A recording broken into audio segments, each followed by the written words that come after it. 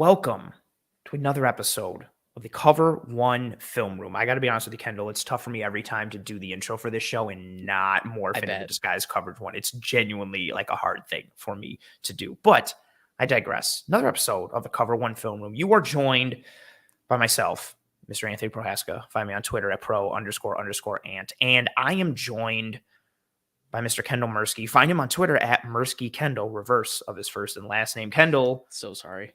Yeah, it's okay. It's fair enough. You will have noticed, and I hope the viewers will have noticed, no Eric Turner again tonight. He's once again betrayed us, left us to fend for ourselves. So it's just you and I holding down the ship, holding down the fort. 2 nights away from night 1 of the NFL draft. Good Lord, we're here.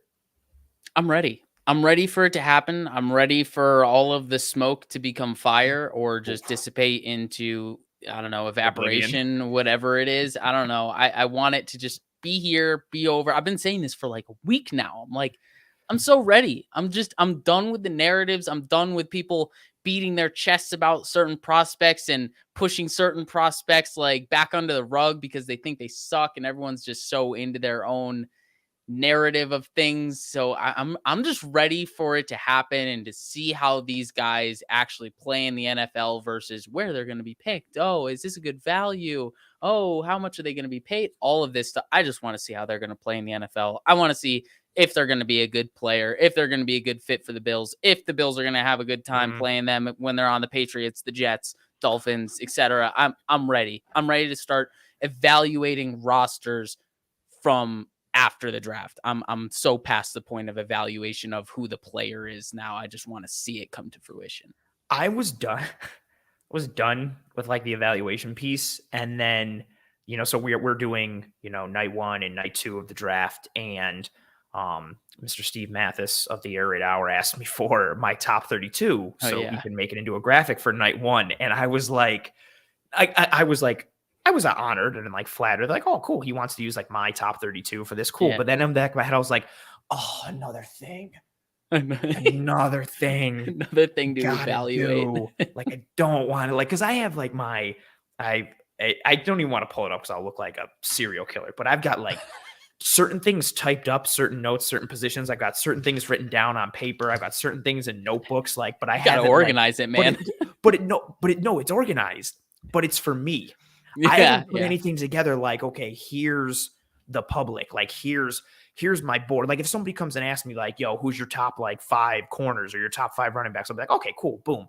But if someone's like, oh, this, I'll be like, oh, well, I haven't put it into a nice thing. Like, I could just type it out for you, I guess. And so I haven't, but I got to formulate that. And then especially if we're going to use it for night 1, I'm like, okay, now like everything has to be solidified and everything has to be put nice and neat and in a bow. And man, there's just this whole process has just, I feel like we started so early. Like we got to jump on it like right when the season kind of ended. And I felt like it was the Senior Bowl was just happening. And now like it's genuinely been blazing by. We were talking about Roger McCreary and Lasita Smith and Travis Jones and Zion Johnson and like the Senior Bowl tape and the Senior Bowl game and all this stuff. And then it was like, oh, like, well, we'll see what happens at the combine and we'll see what happens in pro days. And yeah, we're literally 2 nights away from it. And it's funny to just see several of the pieces start to settle and things start to form for teams. And we get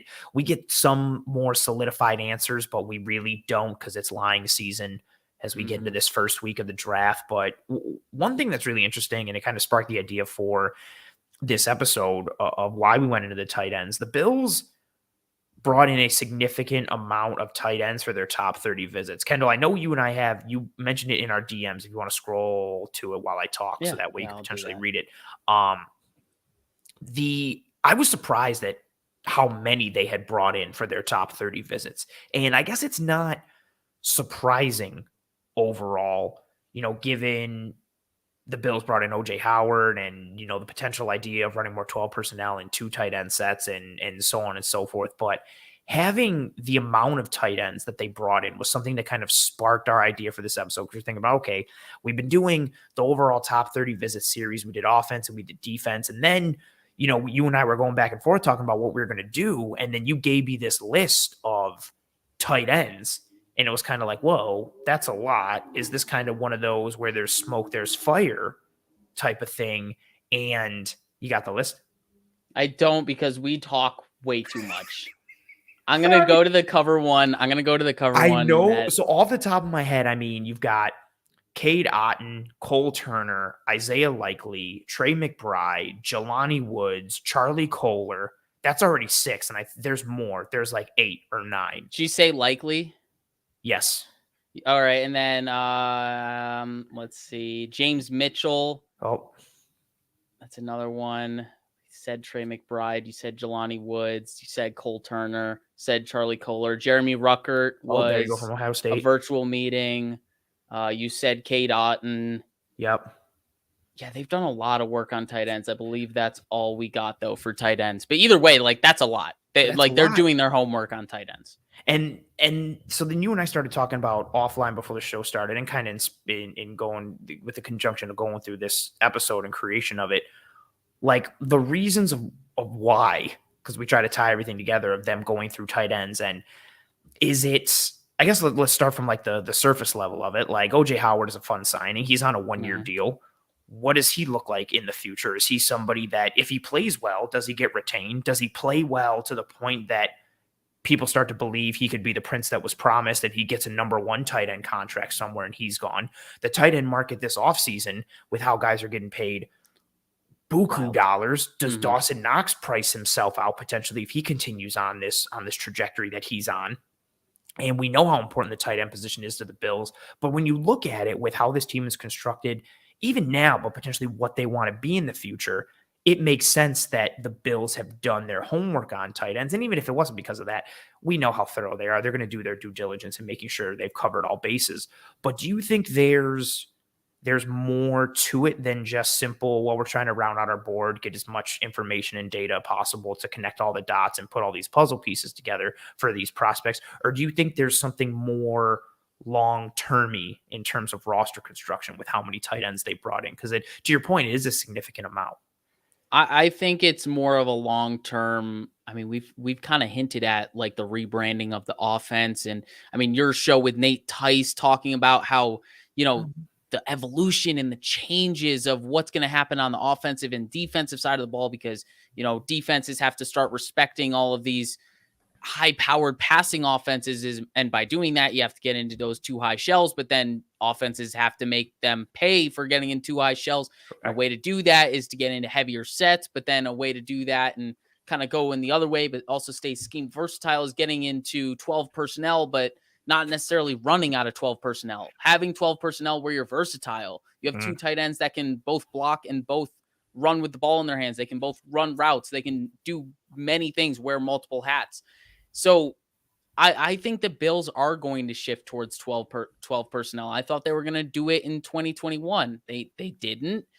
They clearly didn't have the personnel to do it, but now they would have if they had gotten Zach Ertz. Yeah, honestly, if they got Zach Ertz, it could have worked. And people talked about, how Zach Ertz could have taken away from Dawson Knox's development. He might have. Yeah. He really could have. But if they were planning on using a lot of 12 personnel, he might not have. It might have just made this offense flourish to a level that we haven't seen, because we've only seen it in 10 and 11 personnel primarily. So I think we're going to see a lot more 12 personnel. I think the due diligence on tight ends is just that, but also some more. It is also a tipping of the cap. It is a hint that the Bills do want to get a little bit heavier. And I guess I'm going to do another shameless plug. Eric's Film Room feature with Charlie Kohler talked about how Iowa State was in 12 personnel a lot, but they were in 12 personnel spread a lot. Like they had 2 tight ends on the field, but they weren't always playing in line. They had both those tight ends flexed out. Maybe one was in line, maybe one was flexed out. That kind of thing. There's no tendency giveaways. There's no tipping of the cap or cheating for the defense. There's none of that. When you run out personnels like that, you force the defense to play 3 linebackers, or you tell them, hey, yeah, you want to stay in nickel? We'll bring these 2 tight ends in line and we'll run it down your throat. Yeah. And that's the kind of thing that I think the Bills want to do, because with a guy like Josh Allen, you threaten every single defense deep.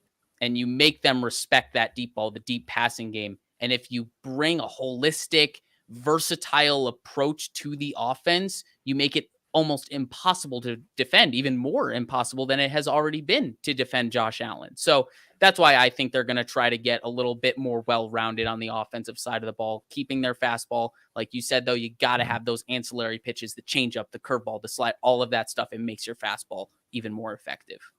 That's such a great point. And it's funny. I think Bruce said it last week when I had him on Disguise Coverage. And if it wasn't him, I apologize to whoever I am misremembering this for. But I think it was Bruce who said tight end was kind of like the original hybrid position.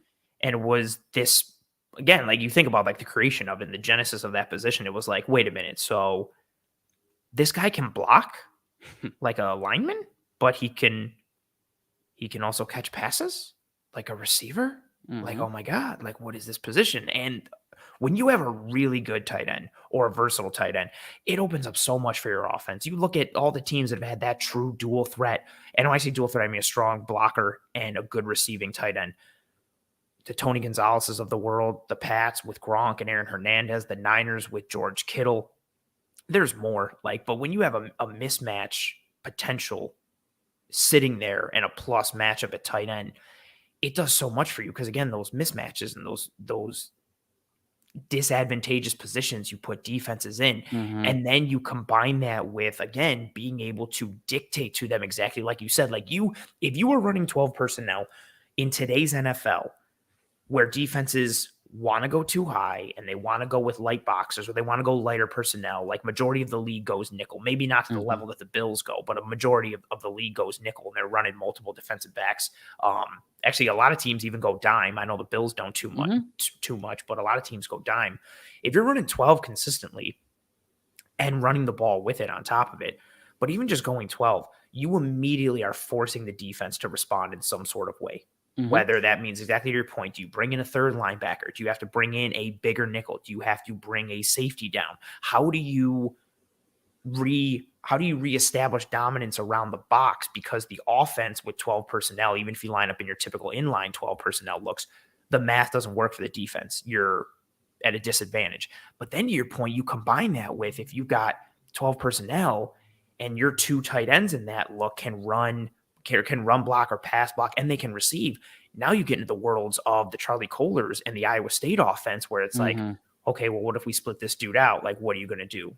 Like, if we split one of them out, if we split both of them out, what if you come out in a spread look and you motion back to inline looks or vice versa? Like, there is so much mismatch potential when it comes to the tight end position. And again, you combine that with what we think we're going to see from the Bills offense this year with running more 12 personnel. And then again, I mentioned some of it in phrasing this question to you. The tight end position is, for like the long term, it's murky. Like, we don't know if OJ Howard is back next year. This is Dawson Knox's final year on his rookie deal. This is year 4 for Dawson Knox. So again, I think every single Bills fan, Bills analyst, I mean, anybody who watches football, if you watch the Bills, you'd be like, oh, well, they should bring back Dawson Knox. But it's going to come down to a matter of whether or not he's affordable.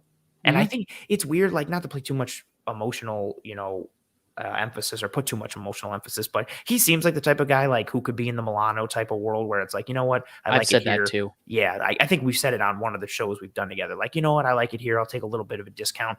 But again, even what does a little bit of a discount look like? And is he even willing to do that? If someone comes out and is like, no, we're going to give you this amount of money because we recognize the weapon that you are. We've talked about it on, again, one of the shows you and I have done together because we've done so many, but you've got that established first tier on the Buffalo Bills of the Josh Allen, the Stephon Diggs, the Tre'Davious White. Then you go into that second tier from a monetary perspective. That's tier one. From the second tier, you've got your Deion Dawkins, you've got your Matt Milano. That's probably where you're going to see your Ed Oliver, not including the option. I'm talking long-term deal. I think he stays. Where else do you start to? Is it Dawson Knox? Is it Gabriel Davis? Is it Tremaine Edmonds? Does Tremaine Edmonds get a tier 1 type of deal? Is it going to be Jordan Poyer? Like, you start to have these questions that are being asked, and Dawson Knox is very much in that ballpark. Like, the Bills are now one of those teams where they're getting to the realm where they have too many good players and you can't keep all of those good players. And in order to continue to build, you have to continue to build your bench and build your depth. And sometimes that means having to go early on a certain position. Like I don't think the Bills are going to go tight end in the first 4 rounds, but would it absolutely shock me if the Bills were sitting there in like the 3rd round and Trey McBride was there and they're like, oh, we're going to take Trey McBride? I wouldn't be shocked. No, neither would I. And that's the point. It's the shift of the potential rebrand of the offense, but then also, like you said, the murky nature of what's going on at the tight end position for their roster and the current status of all the contracts on the roster. Like you said, 1 year left on Dawson Knox. I'm expecting OJ Howard to be a Mitch Trubisky type of deal where, you bring him in, he proves it, and then he goes somewhere else to compete for a tight end 1 job. Whether he gets it or not, he competes for it and he gets paid to compete for that job. So that's what I'm expecting from OJ Howard. I'm not expecting him to be back in 2023, but I think we'll get some good use out of him this year. But that doesn't stop you from drafting something for the future. And who's to say that the Bills wouldn't roll out 13 personnel if they had 3 good tight ends? Awesome. Like it would be crazy. That would shock me. Like, don't get me wrong. That would shock me seeing them like really tip the scales and go to 12 and 13 personnel a lot more than 10 and 11.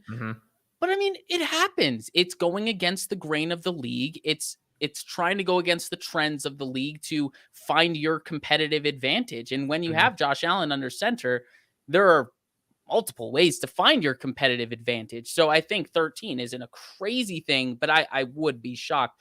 That being said, if you get Trey McBride in whatever the 2nd, 3rd round, you got to find ways to get that guy on the field. Yeah, and that's the we'll issue. get to Trey McBride and his film and why you got to find ways to get him on the field. But that's the conversation I feel like people are having. I feel like people are having that for, and when I say people, I mean Bills fans. I feel like Bills fans are having that conversation for safety. Like some people, I don't know how many times I've gotten through the offseason.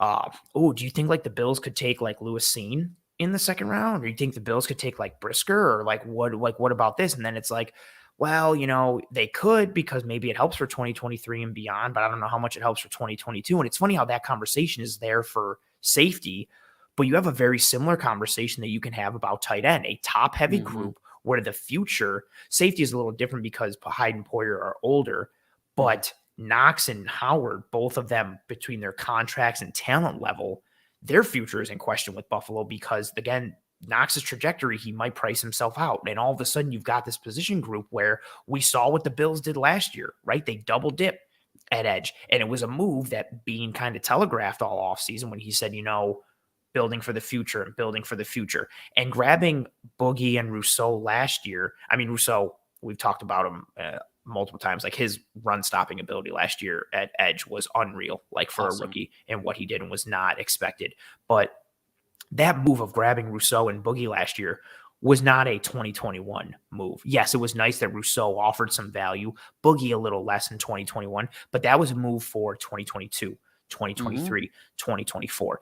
And that's something I think Bills fans need to prepare themselves for that in general. This is going to start to have to be the model for the Bills as you go forward. This is, I said it multiple times, like Ed Reed is my favorite player of all time.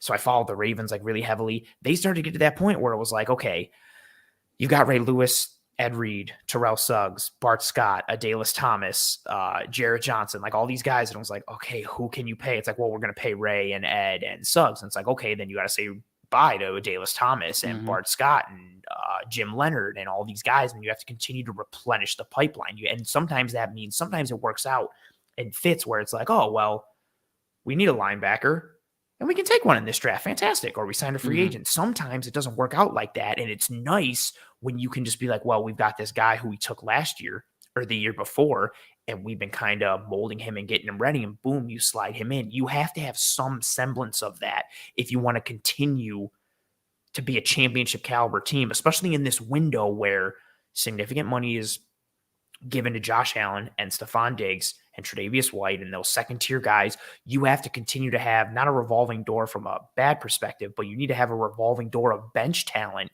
to consistently fill in. Otherwise, you're going to have these significant gaps in position groupings where you kind of fall off a cliff. And the Bills, Brandon Beane, he thinks, I don't know, like 75 steps ahead with everything. COVID kind of threw his plans off a little bit, but we know how proactive Brandon Beane is with being like, okay, 3 years from now, this might be an issue. Let's try and address it right now. And then we're sitting there going, man, why did he do that? And in 3 years, we're like, that's why. Like, that's just how he thinks. And again, it's funny that safety is talked about in that way, but tight end, not so much. And then all these things are part of the reason why we dove into the tight ends tonight. And then, you look at that top 30 visit list, I should say, and you see how many tight ends there are. And again, it's a variety of guys. Some guys that are on day 3 guys, some guys that are day 2. I don't think any tight end is tight end 1, is round 1 capable. I think you and I both have McBride as tight end 1. Yes. But he's more of like a second round guy. He's a day 2 guy, but they brought in a variety of guys, a variety of skill sets.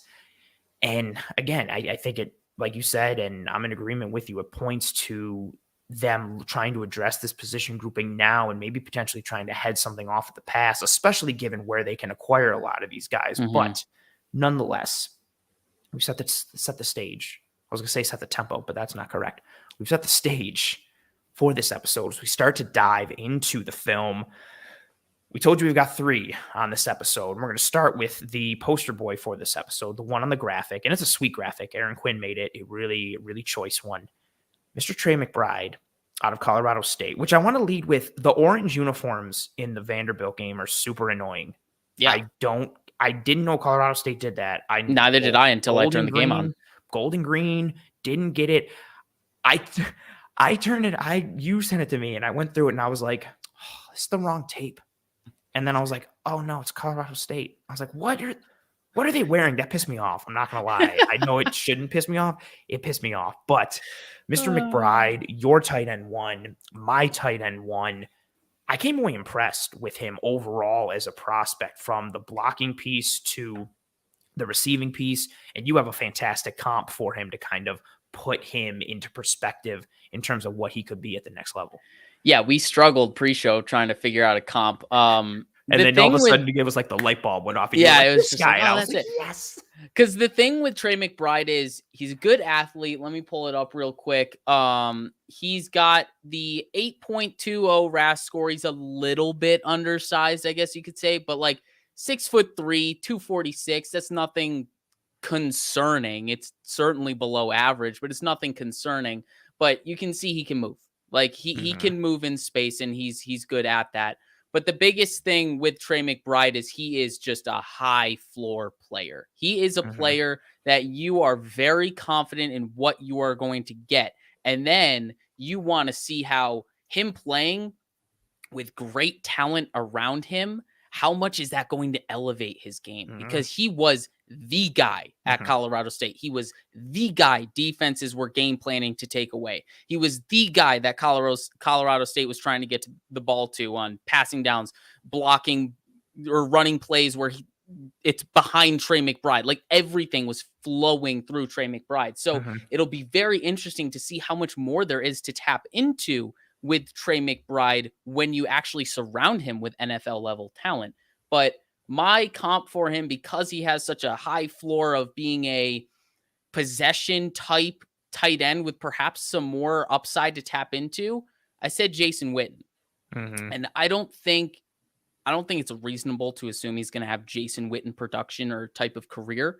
But in terms of how he wins, the nuance, the well-roundedness to his game, the all-around style of how he plays, it reminds me of Jason Witten. He just understands how to get open. He understands every aspect of playing the position, the offensive line side of the position, and the wide receiver side of playing the position. I think he's just a super well-rounded prospect, and that's why I came away with Jason Witten as a guy that seemed to kind of bridge that gap of who is he going to be at that next level.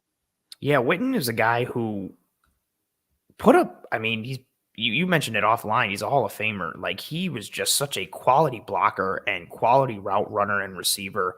I made the joke earlier to you, I don't understand how he ever got open. I just thought he was so slow. I never understood. His Madden speed would be like 65.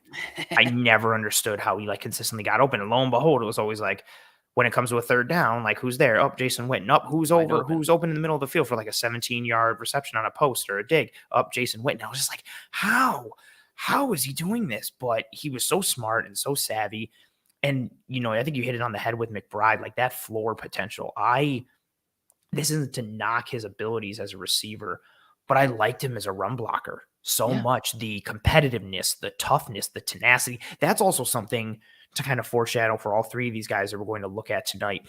Their competitiveness and how much effort they give in all phases of the game shines consistently. They have different levels of success and execution, but McBride, Jelani Woods, and Isaiah Likely all compete every single rep to the whistle, whether they're running routes, whether they're blocking downfield, whether they're blocking inline, they compete consistently. They all seem like guys from a on-field behavior standpoint would fit that Bills mold and that culture piece that what Brandon Beane and Sean McDermott are looking for.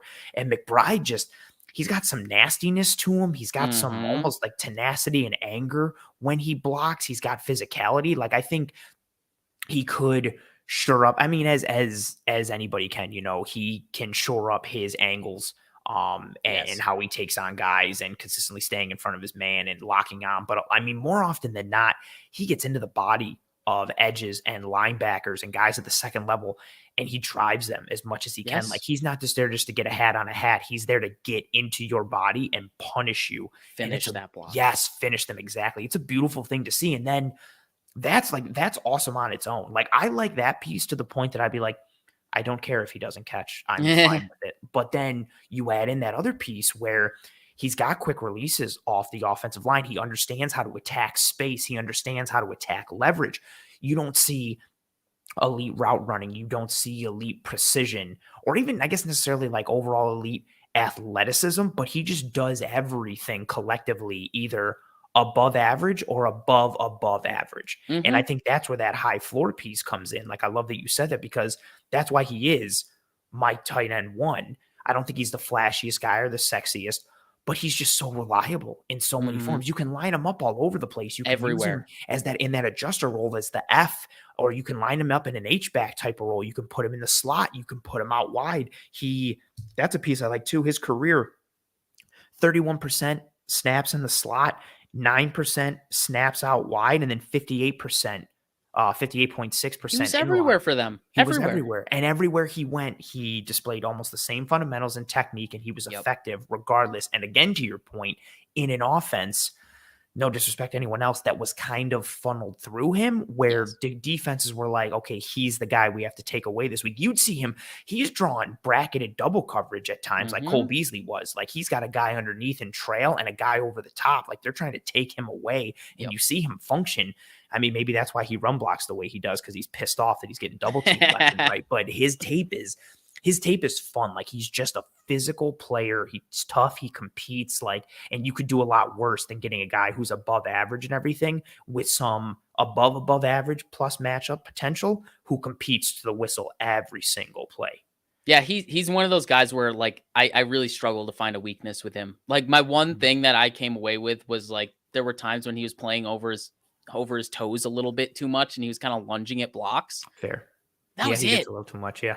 That was it. It's not like that's a small percentage in the grand scheme of things. And exactly. And everybody has something to work on. Like, he's not perfect. But yeah, I was like, what's his thing? Because again, my biggest negative for him really is, again, sometimes I think like route running pieces, tipping his routes, and then overall some needing to clean up some things in his blocking. But my biggest negative aside from those is just that he's not great at like any one thing. He's just above average at everything. But that's not bad. No, there's nothing wrong with that. No. And that's good for the tight end position too, especially if you're looking for a tight end too. I feel like middling at the NFL level, you're getting a reliable possession tight end. And I mean, that's really all we're looking for. Obviously, Knox is more than just a possession tight end, but you can get by with a possession type of guy who's just going to get you what's there and sometimes more. And he is that to a T. He will get you sometimes more because he is tough to tackle. He runs angry. He is a punisher. He is a finisher in the run get. He does everything well. And even go ahead.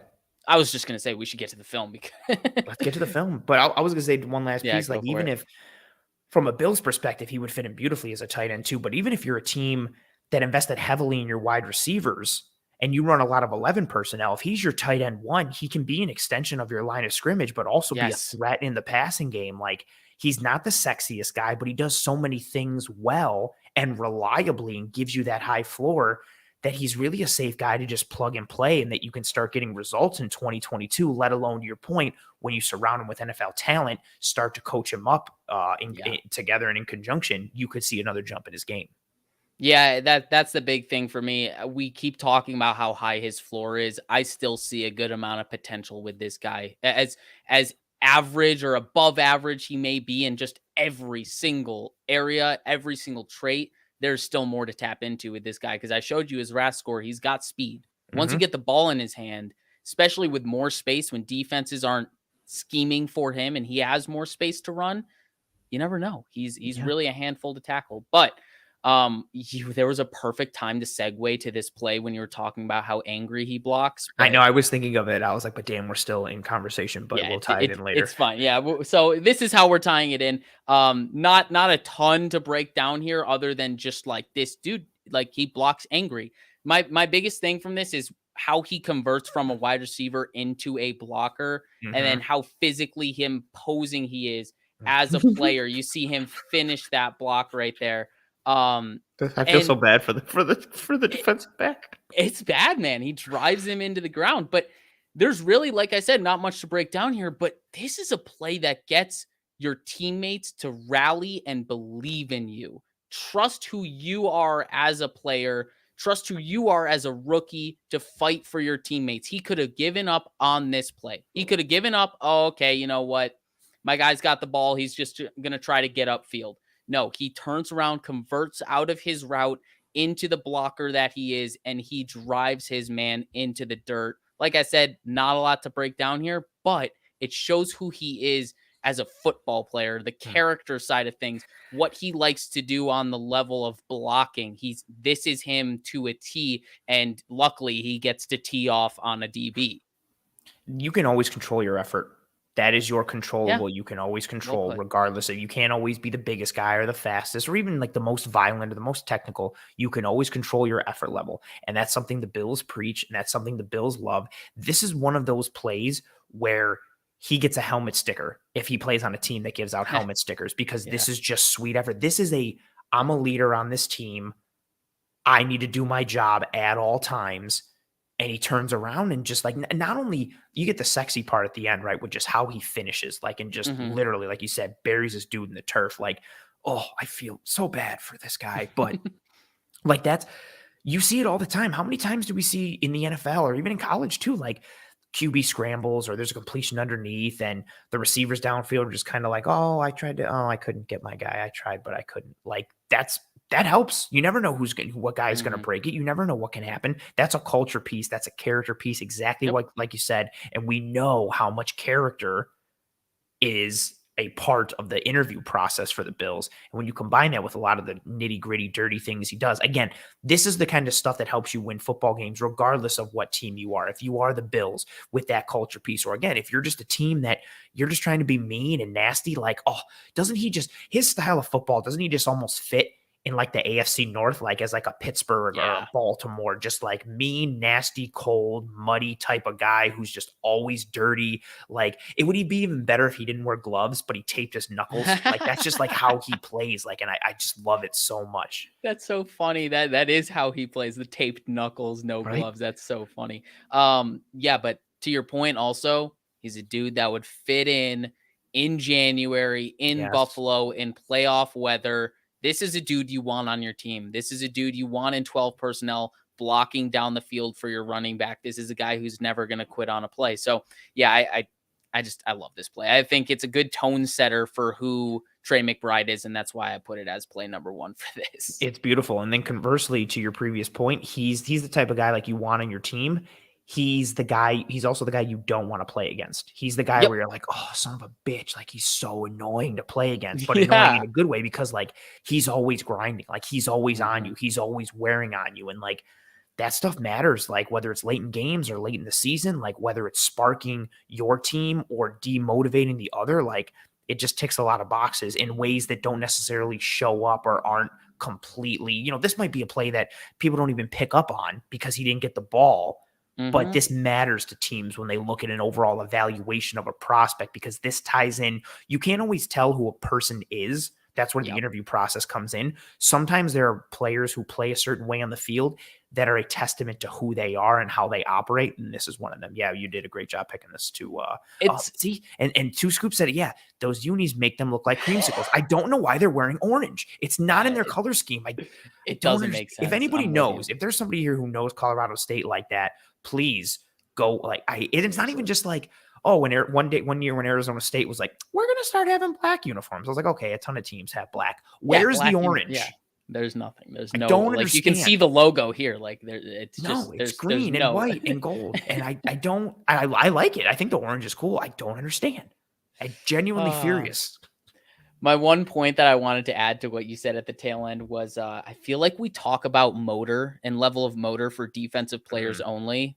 Trey McBride is a player on offense where you notice his motor. It never stops. Oh, God. He's like that edge rusher on defense who just wins with speed to power and just effort nonstop and doesn't have the best technique and isn't this monster athlete or speed rusher, but just always gets 9.5 to 11.5 sacks every year from just pure sheer willpower and physicality. Exactly. Yeah, good call. That's him on offense. Which is awesome. So, how awesome is that to add a guy to your offense and add some nastiness? You want that. You want that nastiness. He's an extension of your offensive line. And you can see that on this play. It's a perfect segue to this play. You can see on this one, he's very quick out of his stance. And then the big thing on this, he's going up against, I guess, an edge rusher for this Vandy defense, but he keeps his pad level low. He maintains that leverage on his guy. He has good grip strength to stick on that block and sustain that block, keeps a strong base, drives his legs through his man, and just keeps pushing, seals him off from the run gap, and allows his running back to get through that I guess D gap right there. But this is one of those effort plays again. You can see it. The leg drive shows it. It's all from the base, the core, just working through and recoiling through that block. I love this block, especially because I talk about this all the time when I talk about defensive ends. When you are a defensive end or an edge rusher, whatever, 3-4 outside linebacker, and you're going against a tight end, you are embarrassed if you lose your block against a tight end. You cannot lose your block against a tight end when you're an edge rusher. That should be a win. That should be a win, automatic. Automatic win. And Trey McBride is a guy that will neutralize edge rushers. He may not win every time, but he will neutralize them more than you'd think. So that's why I had to include this play. I feel like setting the table with him as a blocker was very important because I believe that's where we think his highest floor is. Yeah, it's a very valuable thing. And I love the piece with the matchup against edge rushers. How many times do you hear it in a football game with the announcer being like, oh, they got their, star defensive end matched up one-on-one with the tight end. That's always a mismatch. He beats the tight end, blah, blah, blah. You see it and hear it all the time.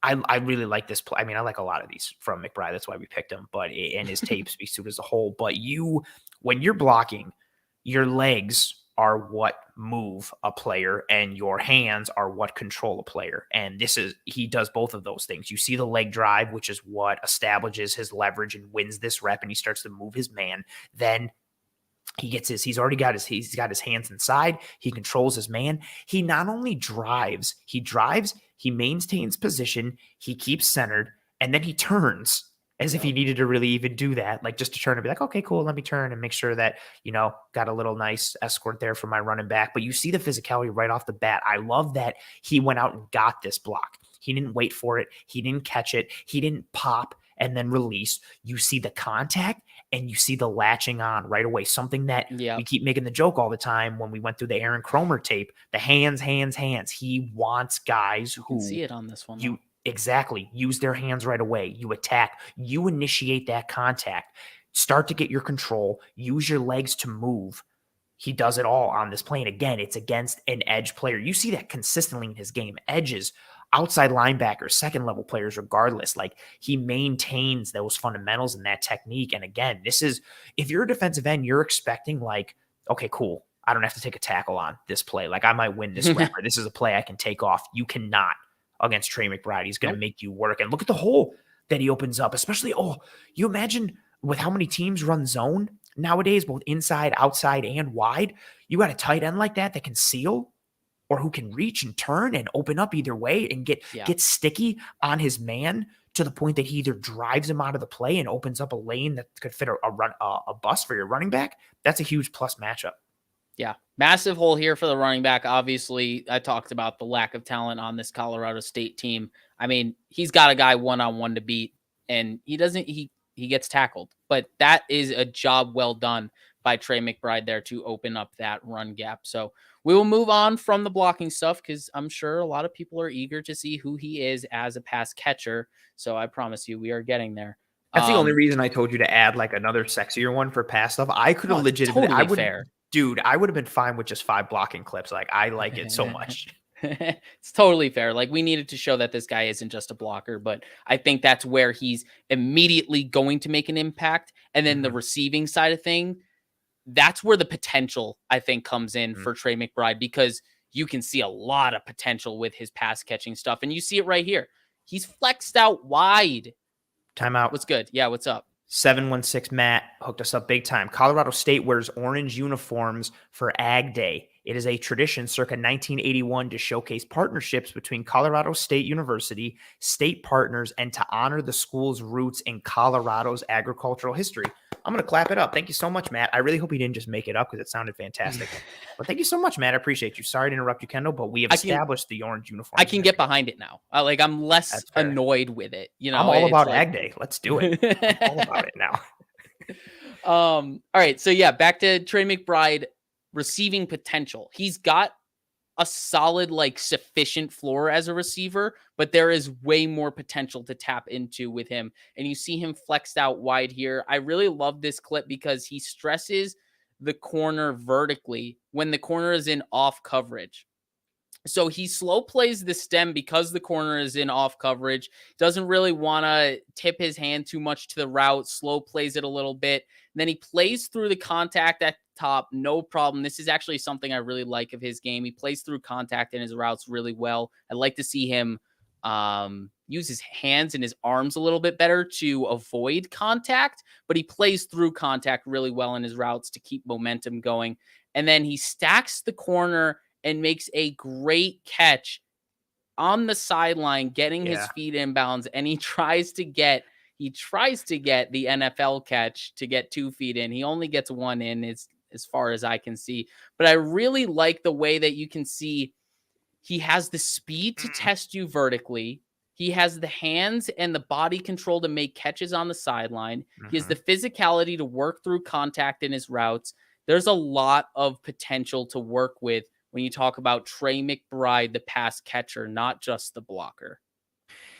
And 9.4% of his snaps in his career came out wide. This is one of them. This is another piece, right? Like, you take a guy who he's a masher in the run block game and even in pass protection as well. Like, this just guy who grinds and wears on you.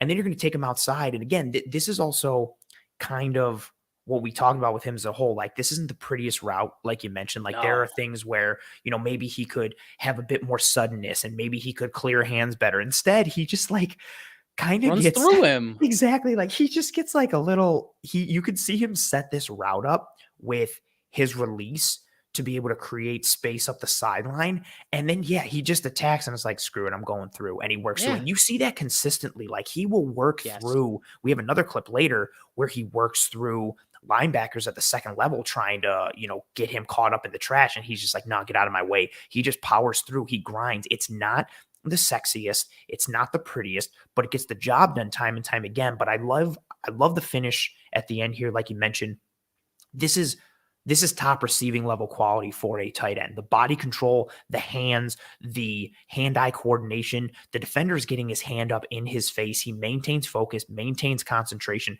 brings that in nice and secured, gets 1 foot down, almost kind of gets that second one down.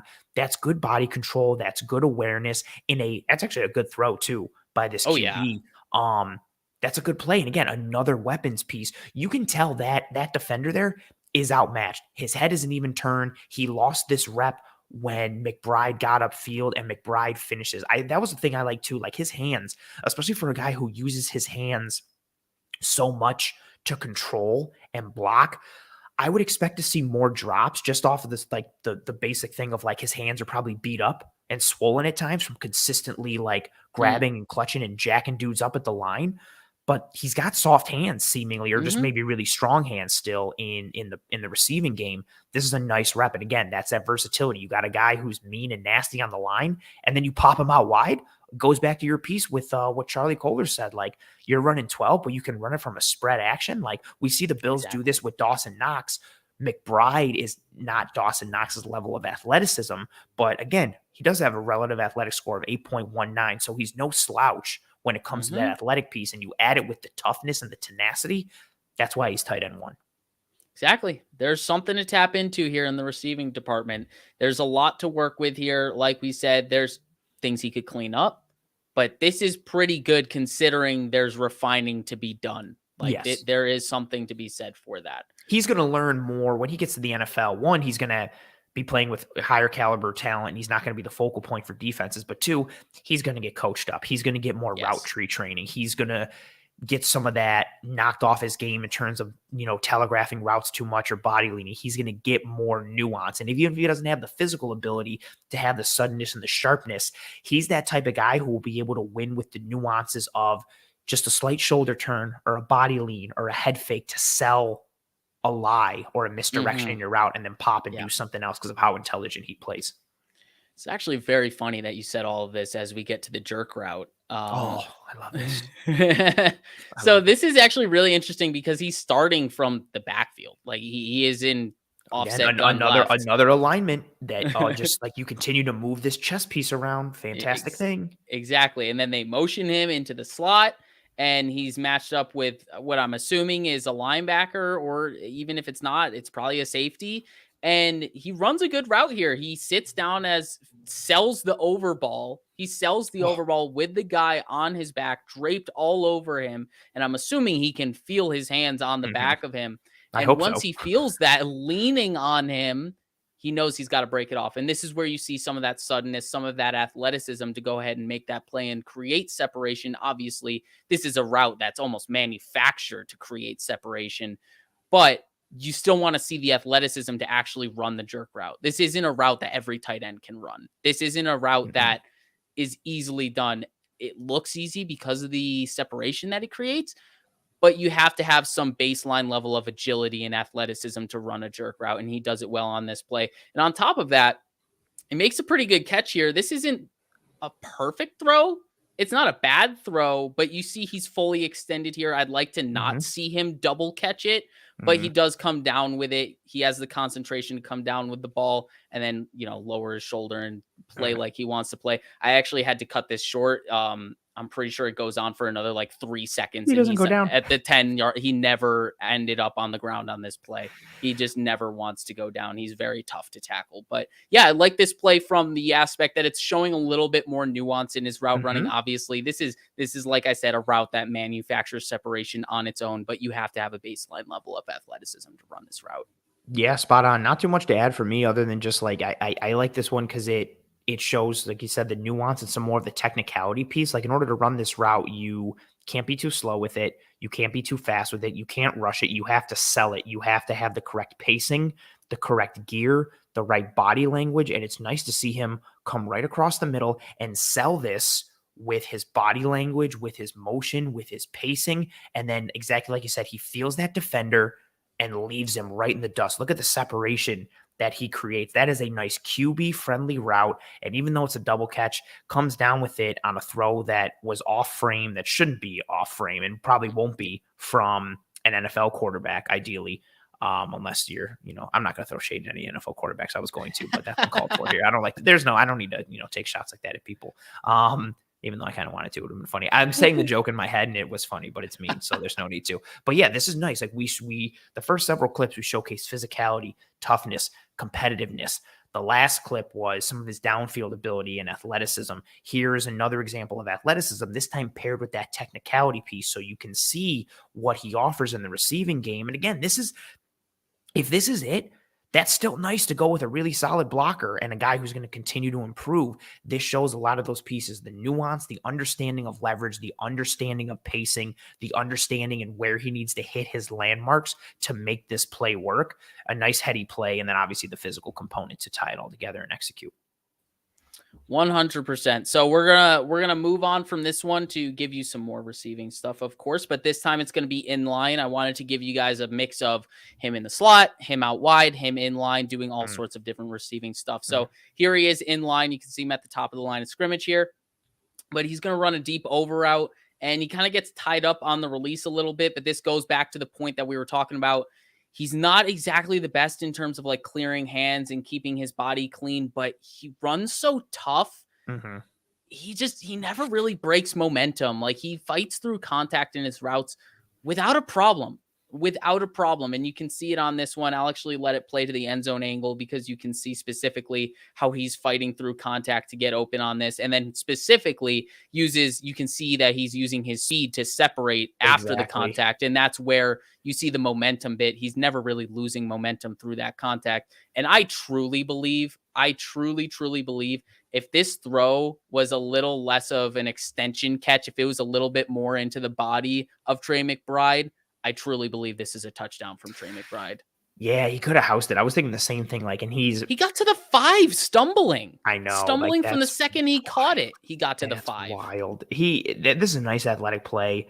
Nice hands catch, even if his hands are technically the wrong way. Like, people like to talk, they're this way instead of being that way. But whatever. Like, I just love how he fights through contact twice. Like, bull in a china shop. Juggernaut type of thing, fights through contact at the line of scrimmage, fights through contact at the second level, and he fights through contact at the second level so well that number 0 there loses leverage completely. And then, like you said, he separates with that speed. That's, I think, a key piece. He does have that athleticism. He does run a 4.56 40, which, again, people will be like, only a 4.56, but for a guy who's a tight end, that's a tight end at 6'3", 246 pounds, moving at a 4.56.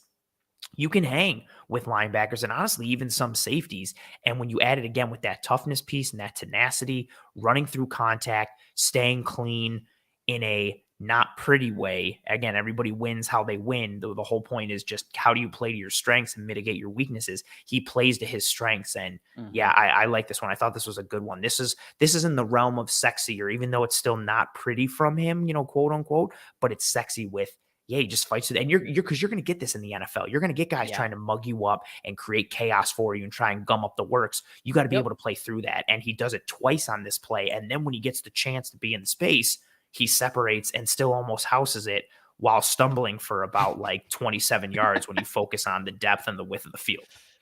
Yeah, he's going to have absolutely no problems translating physically to the next level. Like, anyone who tries to bully him at the next level, he's going to have no problem matching up with it. Absolutely none.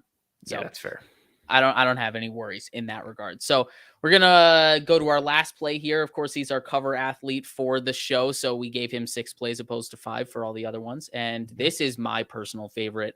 I love the strong hands on this play. Obviously, the route isn't perfect, but I think, is this a flood concept with the shallow out and then the deep corner out? I'm behind. Technically, if you're gonna go like flood, it should be, it's like everything. Yeah, it should be 3 on that side. It's more of let it play again so I can see what the outside receiver does.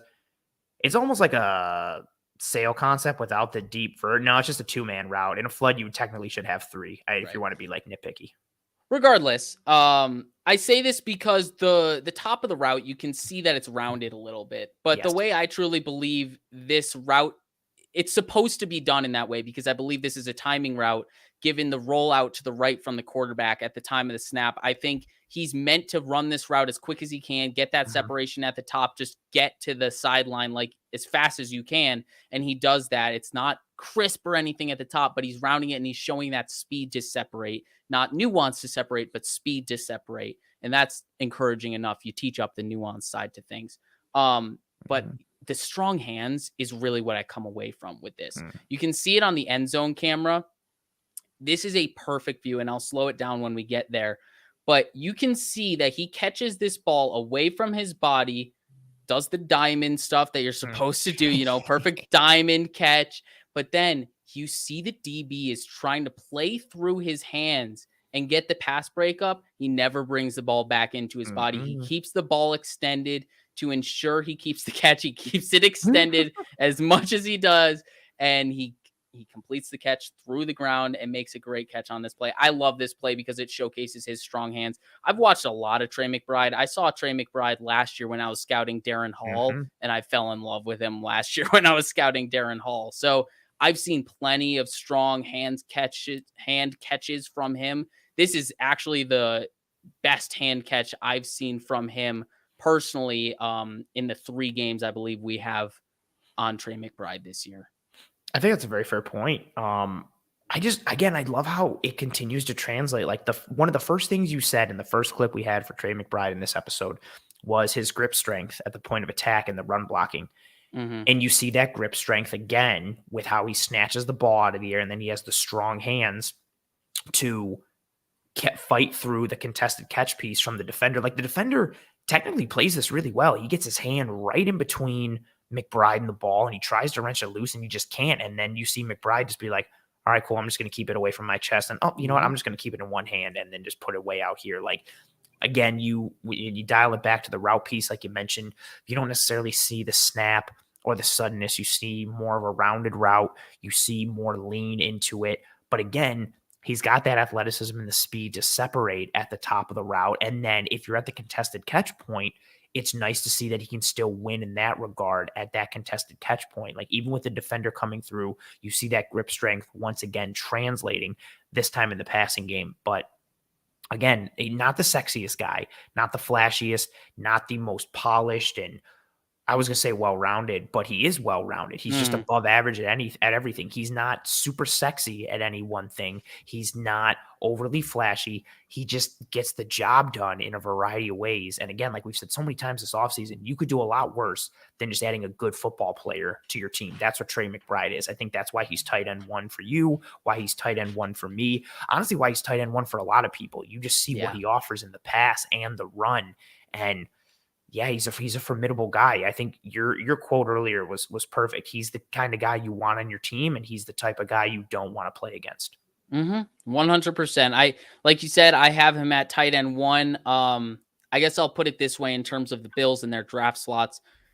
I wouldn't be happy in the selection of a tight end at 57, but I would be happy to get Trey McBride the player because I like Trey McBride the player. We've talked about, what tight end means to the Bills and what it's going to mean in 2022 and beyond. And I think the beyond part is the most important part, and where the Bills may invest in the position and what level that investment may be. For me, I think second round is a little bit rich, but if that player is Trey McBride, I will get over it because he is my tight end 1. That's fair. I mean, it's a similar thing with like running back. Like, do I want a running back in round 1? No. But if the Bills got Breece Hall or Kenneth Walker for me, like, would I be upset? I'd get over it. Like, exactly. Fine. But I think this is one of those positions that will be very interesting. If the Bills spent a pick on tight end in the first 4 rounds, I would say that's very interesting for what they view this tight end room in the future. I don't think it's a complete indictment that like, well, Dawson Knox is definitely gone, but I think it would be very interesting how it could speak to how they view Howard's future and Knox's future, but more importantly, how they view personnel packages in the future. If the Bills invest a tight end in the first 4 picks for them, or the first 4 rounds, I think that means 12 personnel is a factor big time in 2022 and then and beyond. Like, that's showing a real commitment because there's other needs, to your point, that they could go and fulfill. Not only in round 1 and round 2, but 3 and 4. Like there's quality pieces at other areas of need for this team. So if they invest in tight end and tight end is the best player available still based in that need model, I think it would be very interesting. And that's a big conversation piece that I think we're having the day after. 1, about the player, which is fun, but 2, more maybe what it means structurally for this team in 2022 and going forward. Yeah, kind of bleeding their hand a little bit in what their plan is in terms of roster construction. But yeah, are you solidly in round 2 for Trey McBride, or are you kind of in that cusp of back end of round 2? Maybe he slips into round 3. I just think he doesn't offer anything sexy. I would say the back half of round 2. Like, I don't see him going. I wouldn't put him in like the top 45. Okay. Or like the top 50. I think honestly, like around where the Bills are. Where like, the Bills I think are is picking. where you start to see like that 57-ish range and beyond. Tight end is a real interesting one. Tight end and running back. Like, I'm interested to see when the first tight end goes, when the first running back goes.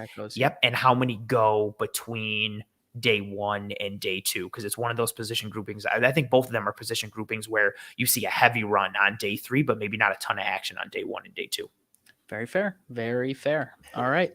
To our next guy. Who's that? I haven't prepared. Just kidding. Jelani Woods, a guy who, I mean, he's lit up boards with his RAS score of, I wanted to confirm that, of a 10. He is just, there you go. You just see, I don't even need to get into the numbers for everybody. Green is good. And you just see green here. Green and a couple yellows. Like, that's it. The man is 6'7". Measured in his in-season weight said 269, but at the combine he weighted at 253 pounds. But he is every bit of a large man at that height and at that weight. He is long in his arms, in his torso, in his legs. Like, he's built like a power forward for the NBA. He also moves like it too, which we're going to talk about it. Yeah. Long strider, but I mean, a guy who shows up on tape in a variety of ways. And then when you combine that with the athletic testing, somebody who really caught the eye of the Twitter universe and the combine watchers this offseason, given what some of the tape and the highlights showed, but then combined with those metrics, when you open up a graphic like that and you just see green everywhere in a 10, like, holy hell. Also, I think I'm pretty sure. Yeah, I think he also had the most bench press reps. Yeah, I think that's true. I'll go back 24, to that. which again is wild, because the longer your arms are, the harder it is to pump out more reps. 34.5-inch arms. That's why I don't put too much stock in bench, because I'm like, well, but it's the combination. It's juxtaposing it with the arm length. He shouldn't be able to do that. You shouldn't get 24, especially as a tight end. That's 24 wild. As a tight end with 34.5-inch arms. Like, you see offensive tackles with 34.5-inch arms struggling to get to 24. Yeah, they'll get like 16. And then it's always like, well, I mean, he's got 34-inch arms. Like, it is what it is. But Jelani Woods is out here setting tight end records for bench and putting up 24 reps. Like, and then combine that with running like a 4.6 40 and all the other shuttles and 10-yard split and everything. Just like a monster of an athletic specimen, and somebody who jumps off the film every step of the way because he's the biggest guy on the field, and that's including offensive linemen.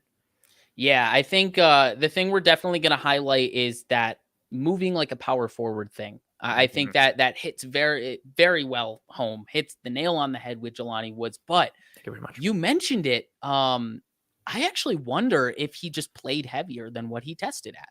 Like, PFF has him listed at 269 pounds. I wonder if he actually played somewhere in that 265 range. And maybe that's why he didn't move like he moved at the combine, like he did on tape. Could have shed some more weight and really focused on the pure measure, which is also why I love the combine. But we're at the point in the combine now where players are specifically testing for or training for these tests. Like, they are literally doing these drills and building. They opt out of bowl games to lose weight and test better for the combine. That's exactly what they're doing. So it's not like it doesn't completely skew the numbers. You still have to have traits and ability, but you have to contextualize it. Correct. Like, it's not just like, oh, well, this guy just showed up and did this. It's like, well, he's been training for like 3.5 months to do this one specific thing. So context. Yeah. Yeah, this is a good comment though. Like, the big takeaway for me with Woods, he's a mismatch. He's a mismatch, and he's got plenty of upside to tap into. So yeah, without further ado, Jelani Woods. Sure, let's take a peek at him. One of the things, you said it. I'm glad you mentioned the nail on the head thing. Like, the long stride piece ability is something that does concern me a little bit. But we'll see in this first clip as, a comment was made, like, his size and athleticism in the red zone. And he is such I think the first thing you think of is potential red zone threat. But I think people are going to see it as like, oh, like a receiving option in the red zone. He competes as a blocker consistently. I mentioned it earlier. Like, he has less polish in the run game than Trey McBride does, but he is just such a kind of a mean guy as well in the run blocking piece. He's a guy who I like how, much like we talked about how Martin Emerson uses his length as a corner, I like how Jelani Woods uses his length in the run blocking aspect. And you see it here. He kind of gets torqued a bit at the end, but you see him immediately. He makes that contact. He gets his hands in position. He uses that length. You will see him establish control early. One thing for him, I would like to see him maintain control more. I think he's more of a hit and pop than he is latch on and continue to drive. But I think that's more of a coaching piece and a fundamental piece. The effort is there from him when you see it consistently. And what I also think is nice too, you see on this one, for a guy who's 6'7", he doesn't get out leveraged a lot. Like, he doesn't play high. You see a bit of lean. You see him try and come through his hips and play with a little more angle to him, which is a hard thing to do. Like, he is a long guy. Look how long his legs are. Like, he is a long guy. It's hard to get bend. It's hard to get weight transfer when you're that big, but he's flexible. He's not stiff. And then you combine that with the effort and the physicality. Again, something that we mentioned all three of these guys that we're talking about tonight have, that competitiveness at all points in their game. I think people don't talk about Jelani Woods as a blocker because they talk about how big he is and what he does in the pass game. But you see here on this one, you get some of that physicality, doesn't completely hold it, but he gets that jump right off the bat, washes his man down, and then sets up the outside. He does his job on this one. Yeah, does his job is exactly what I want to highlight. Within the scope of the play, he wins his rep. But if you look at this rep and you put it under a microscope at like the Senior Bowl and it's a 1v1 rep, like, he loses this rep, because he lost at the tail end of it. Like, yeah, it doesn't really matter that he lost at the tail end of it, especially within the scope of this play. But it's something to be said about the technical side of things. That being said, like, you can see the defensive lineman is starting right here on his inside shoulder. And the way that he jumps to get even with his helmet right off the bat, that's where the athleticism comes in. You can kind of see that first step explosion from him, gets even right off the bat. One of my biggest concerns with him, technically speaking, in the run game, we talked about this offline, obviously, because he's 6'7", like, he's naturally going to struggle with the leverage game, but you can see he's always working on the leverage game. He's always working to keep his pad level low. I noticed him dropping his head into blocks a lot. Yes. Like, almost, and you can see it on this play here. He goes into contact. You can't see his helmet anymore. Like, where does his helmet go? He just drops his head and he doesn't keep his eyes on his block. That's probably one of my biggest concerns in terms of him as a blocker, but that's a technical thing. That's a coaching thing. That's something you can coach out of him, and you can see that the competitiveness and the willingness is what you want to look for. That with the combination of his strength and his length and his quickness out of his stance, all of it, it's very, very intriguing. And then we haven't even gotten to the receiving portion of things. No, and again, this is like I like that we're leading with this one because I want to pull that comment too from Jason that said the receiver laid some wood. Yeah, I believe this is Damari Mathis lined up at safety with 21, and I think he's the one who gets popped here as you let it roll here. I could be, that could also be 31. I think it's Mathis. 31. I don't know. Maybe it's 31. I don't know, because Mathis should be a corner, but I don't think he is an outside corner there. It doesn't matter. That dude got popped. Good block from the receiver. This was a really pleasant surprise for me when scouting Woods. Like, I knew of his receiving prowess. Yep. But I didn't think he would be as good as he was as a blocker. Not that he is McBride level, but he's better than I thought he was going to be, because I guess for me, I had a lower expectation. And from both a technique standpoint and just from an overall effort standpoint, like, I didn't think he would be. I thought he was more that guy like, nah, dude, put me in the slot, put me out wide and let me go get jump balls all day. There was more refinement to his game than I thought. And again, I like seeing this competitiveness. You start to see these tools and these pieces for him. Like, I think he's a day 3 guy, but there's some really intriguing and promising aspects to his game. And again, a lot of it stems from just what seems like a really positive attitude and competitive nature that he operates with. 100%. Couldn't agree more. He's definitely a bag of tools, a bag of traits that you're going to have to work with, but it's definitely far above and far ahead of schedule from what I thought it would be jumping into the tape. And that much was encouraging. Yeah, and now we move on to one of the more sexier things, a catch and a reception and receiving route from the slot for Mr. Jelani Woods. What I thought was interesting with him, I was not expecting this split. So 2021 was really his only real receiving year. Previous years, he was at Oklahoma State, played this weird like hybrid role for them, the cowboy on offense, basically. But in 2021, 17.3% of his snaps came in the slot, 7% came out wide, 73.9% came in line. He spent a majority of his time in line. You wouldn't know it from this game against Illinois where he was lined up in the slot a decent amount. Yeah. And I just thought, I don't know if this is more indicative of the offense or the system or how they're using him or what he can or can't do. You just see in this game over and over again, he is a walking mismatch in the slot from a size perspective, but also from some of the technical pieces. And what's nice on this one, rolling from the sideline, you see his ability to get upfield.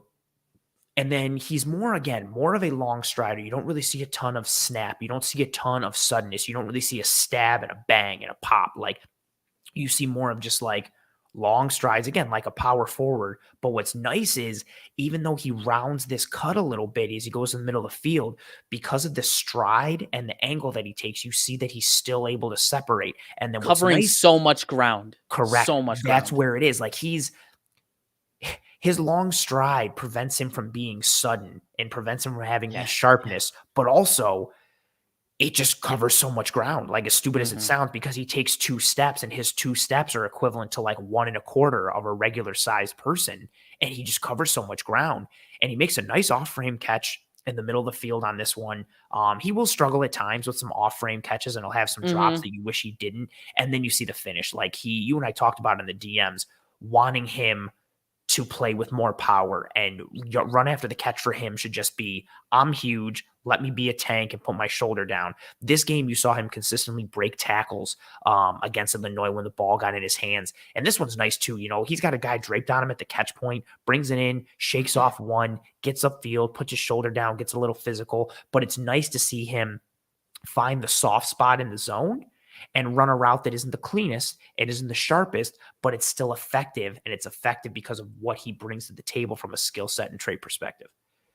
I don't know about you, but I thought this was his sharpest route that I saw on film. He's got one later. The other one that you have, I thought he had more of like he plays that left foot and bang, I think, if I'm remembering correctly. I think the next, because I think this one is sharper than the next one. We could be thinking about different plays, granted. But I really like the way he we watched a lot of tight ends in the past like 72 hours. Yeah. But the way he plants that left foot in the dirt and doesn't lose any momentum. Yeah. And then the long striding and the way he separates, and also like how quickly he's getting vertical, but then how efficient he is once he clears the linebacker as the linebacker is dropping into his zone. I just think this is his best route that I saw on film. And then you couple that with how fluid he is at the catch point and then turning back into a runner. I think this is his most fluid, his most sharp route that I saw on tape. That being said, this does not mean this is his ceiling. This is the best that he can get. This dude has so much untapped potential. But I loved this route, especially seeing it run out of the slot and just the technicality of it, the quick break on it. Yes, it's not the sharpest. No, it's not. Like, there is still room to grow. But for someone with this length, lanky 6'7", 253 pounds, like, this is impressive. The movement skills on this play alone is impressive to me. I loved the way he ran this route. I thought this was his best route, but this next one is very good, and I can't deny that. We'll see if it's the same one here. Oh no, so it was the other one. It was the slot one with how he plants that previous one. I've got so many clips in my head. I can't remember what's what anymore. My brain hurts. I've watched so much tape this offseason. Hey, we got potentially 8 more guys to break down in 3 days or 4 days. Till the Bills trade all their picks to move up in the top 5 and get Sauce Gardner. And then all we have to do is study one. Yeah, make our lives easier. What's nice from this one, so you see a release this time from the inline perspective. Again, I was surprised. I still am now reading it again that he spent basically 74% of his snaps in line. But this Virginia offense was weird. Like 99 is like an H-back and a running back and a quarterback and a receiver. Also, he wears 99. Like, it's just so weird, like their offense that they run. But you see here, inline perspective, you see the release, and you see this one at the top a little bit. You see a little bit of a stab.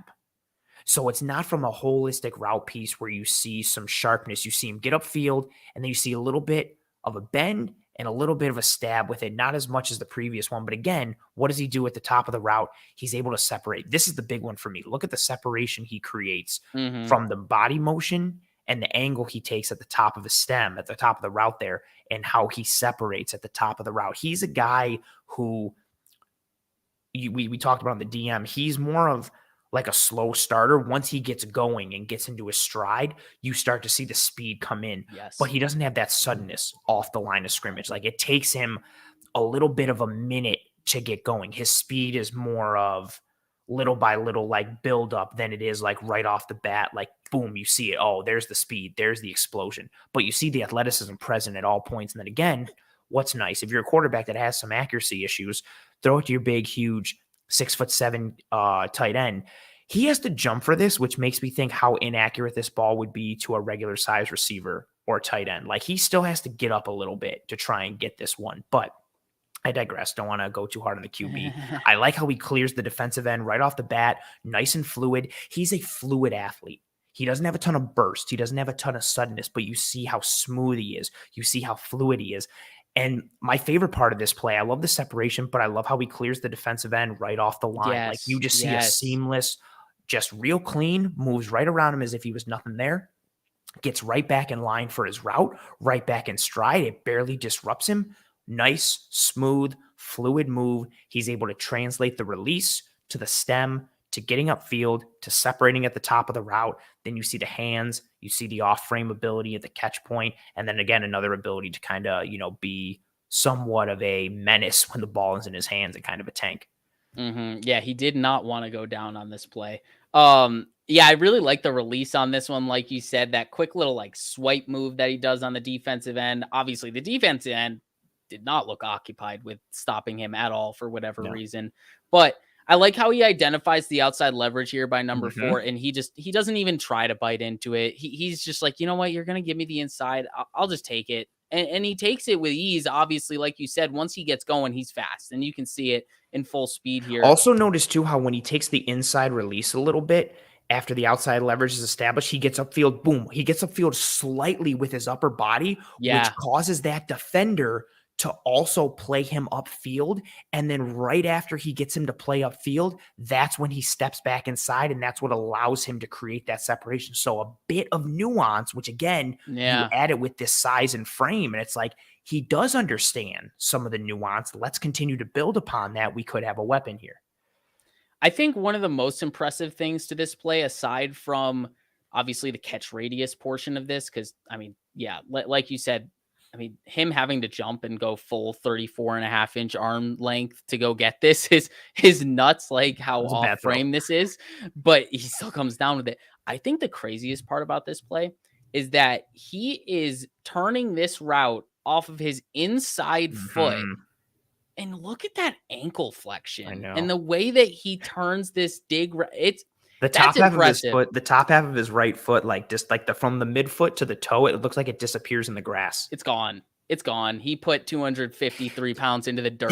That's it. That's what's wild. Like, he's a 6'7" lanky guy who at minimum weighs 250, but could weigh in the 260 range. And look how his ankle supports it. That's what I found most nutty about this play. That's why I didn't want to take away from if you thought this was a better route, because this is impressive. That's what it was for me. Like, off his inside foot with the flexion at his size. The previous one had more sharpness and more snap. Exactly. But I mean, it depends on, it's 6 of one, half a dozen of the other. Like, how do you quantify or a better type of route? This one is just, I'm sorry, continue. I got excited with it. No, like, that's just.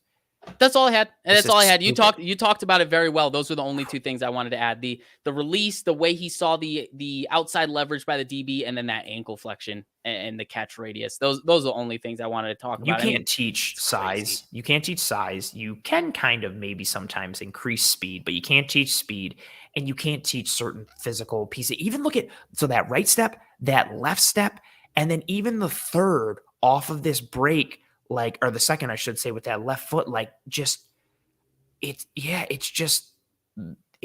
genuinely very impressive. Like, especially Doesn't for a lose guy any of his speed, frame, any momentum. He keeps it all going. just keeps doing, like, it looks like he turns an ankle and you're like, oh, and then you're like, oh no, that's just how he's running fine. the route. Like, and so again, you take these things that you can't teach, and we know the Bills, what they did with Gregory Rousseau, this idea of this freak with these traits, and then the idea is adding polish and refinement to the game. Jelani Woods, who, as we talk about in transition in the next clip, I think he's someone who ticks that box of you take him on day 3 and then you can let him sit, or you could use him in a specialized situation in 2022, but you let him start to develop and build upon his game. And what could he be in the future? And again, I say the specialize of the weapon pieces because on this play, you see again, this one I like the release too. This one's more the release, yes. a hesitation, and then he uses the hands to clear. This one's very nice. But I think this one also gives you a perspective of how he really gets going. Like, you don't see a lot of speed. And then you see once he gets to about the 25 or about the 23, you see him start to really gain that momentum. And you see him start to become a bit of a runaway train. What I also like to, the release is there for me, the hands, the clearance, how he stays clean, how he gets back upfield and doesn't allow himself to be too rerouted. But I like how he knows once he gets past the second level, he throws that hand up. He has the awareness to know. Yep, he knows immediately, bro, get me the ball. I got it. Like, I like that he has the confidence to throw that hand up and also the wherewithal to know and see what's up. And then again, what do we get? No disrespect to the QB. We don't get a great throw. Maybe, I guess you could give him some credit because he sees that safety coming from the middle of the field. And so maybe the quarterback is trying to keep it away from him and he doesn't want to put it too far upfield. But look at that athleticism. Woods turns kind of almost like a back shoulder throw, points the football off frame, lands, and again, another transition move. Doesn't lose any momentum or athleticism. He seamlessly back shoulder catches off frame, lands, and then drags a defender into the defenders just fall off of him. They really do. Like, and that's what we said in the DM, right? Like, embrace being a tank. Like, don't get cute, just tank guys left and right. And this is I think that play, like, if I don't want to use this to describe him in a nutshell because I think his blocking effort and ability at this point, given what the expectation is something to be spoken about. But this is Jelani Woods in a nutshell. The biggest guy on the field, real pain to try and tackle, athleticism for days at his size, and a potential walking mismatch. Like, it just screams so many positive traits and things on this play. His release at the line is by far my favorite thing. Like, the head, like, he comes out of his stance and sells it, quickly clears upfield, and then you see the athleticism at the end. Also, depending on how long you let it run from the end zone angle, 85 for Virginia comes down in like a funny celebration, like a little windmill with his arms. Let's see if I kept it. Let's see if I kept it. I don't know if I did. I definitely cut these short sometimes. Let's see.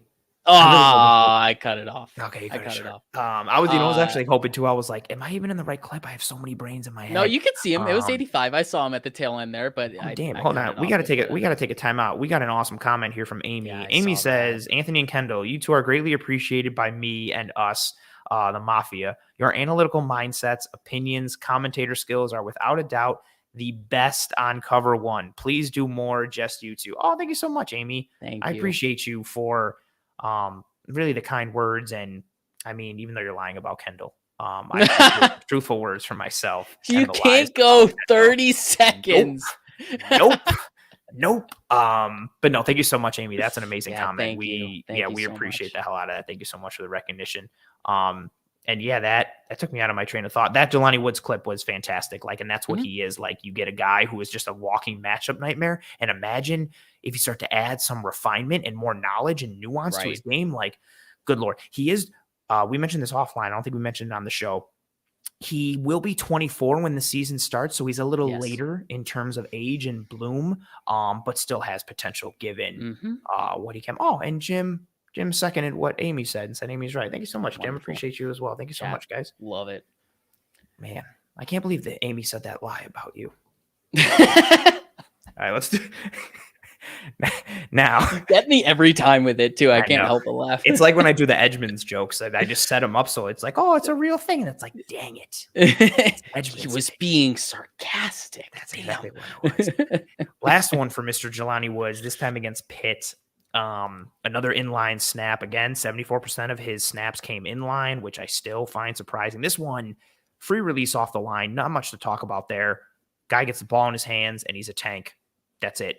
That's it. We've broken down so much. I don't think there's any reason to get cute with our analysis here. Get your big athletic guy the ball and let him be a tank. I'm just going to shut up as he catches the ball. Hey. Oh, he drops the head though again. Even in with like he doesn't so much lower the shoulder as he like dips his entire like upper body.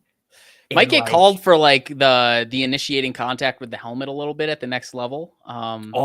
Dude, he could be that guy who gets called for lowering. That would be the stupidest thing. Doesn't happen a lot for offensive players. It would happen to the Bills, though. It would happen if he's on the Bills. It would happen in like the AFC Championship. Take your homework glasses off. Don't do that. It would happen. I can't help it. I'm so scarred. I'm paranoid as a fan. My one thing that I'll add to this, I guess two things. We talked about how he needs to just be a tank. There were a few times in his film that I saw him in open space like this, and instead of running through a guy, he's like trying to see, oh, do I take it up here? Oh, do I like find an angle this? And he's trying to find angles and find ways to threaten pursuit angles of the defense.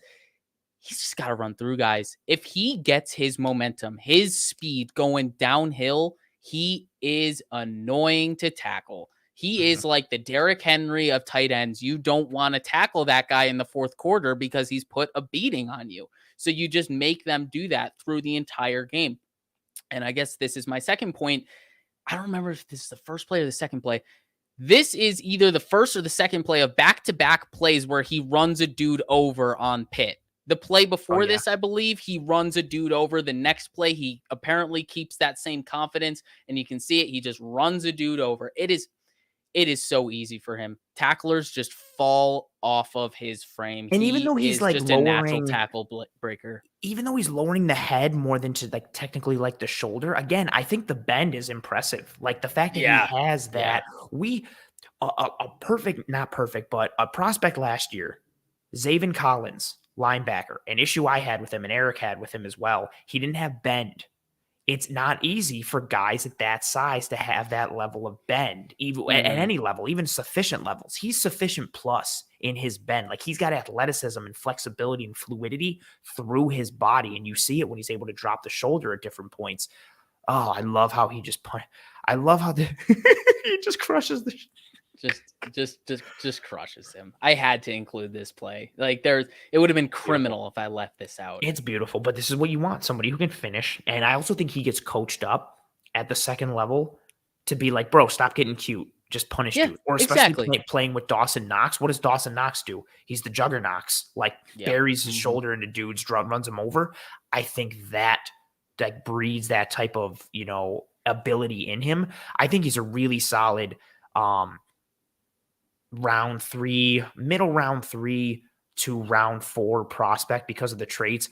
I would love him to fall in line with some team as either a tight end 3 or even a tight end 2 on a team that plays more 11 personnel at first so he can get assimilated, learn. I don't think he's a guy in 2022 who you're going to be reaping the benefits of if you pick him, but he's someone who really in 2023 and beyond, even though he's going to be 24 and he is a bit older, I think he's somebody who could be a real matchup problem if brought on the right way, given just his God-given abilities and his work ethic and what he does, because he's a unicorn in every sense of the word.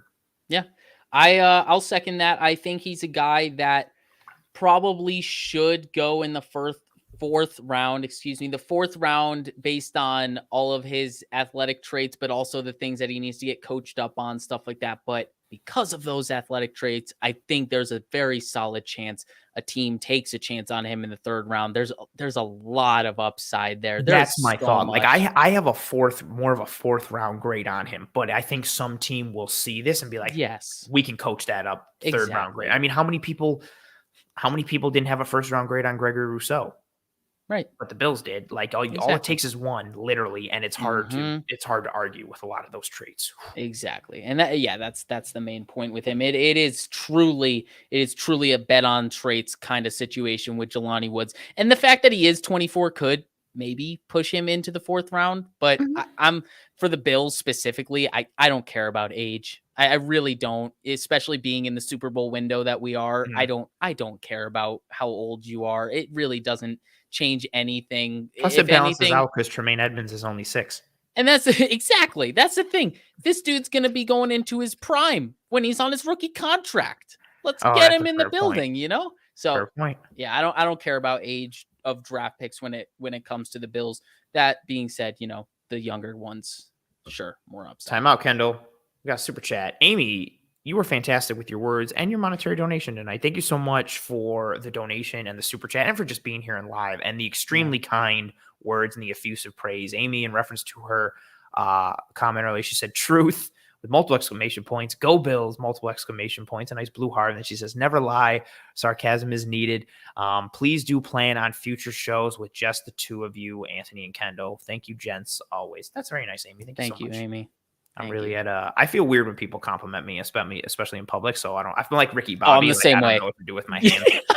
So I don't know what to do. But I get in a spot. I'm like, I don't know how to react to this compliment. Especially if people verbally compliment me and then they pause, and I'm just like, thanks. Am I supposed to say thank you? I don't know you're nice too.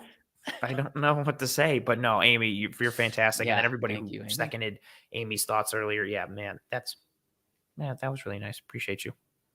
Who cares about Isaiah Likely? Let's just end the show on that.